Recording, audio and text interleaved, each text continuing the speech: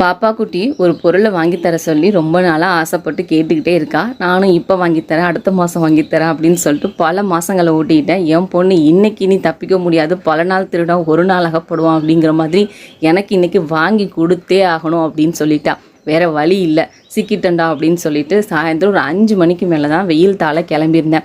வாரத்தில் ஒரு நாள் எங்கள் ஏரியாவில் சந்தை போடுவாங்க. இந்த சந்தையில் எல்லா பொருளும் கிடைக்கும், எந்த பொருளும் கிடைக்காதுன்னு சொல்லவே முடியாது. வீட்டுக்கு தேவையான வெங்காயம், தக்காளி, காயெல்லாம் வாங்கிட்டு ஒரு கரும்பு ஜூஸை குடிச்சிட்டு தெம்பாக அவள் கேட்ட மீன் கடைக்கு தான் போய் நின்னேன். மீன் வளர்க்கணும்னு சொல்லி ரொம்ப ஆசை. ஃபஸ்ட்டு மீன் தொட்டி வாங்கினேன். மீன் தொட்டியை கூட அப்படி இப்படி பேரம் பேசி உருப்படியாக வாங்கிட்டேன். ஆனால் இதில் விடுற மீன் என்ன வாங்குறது, அது பேர் என்னன்னு கூட எனக்கு தெரியாது.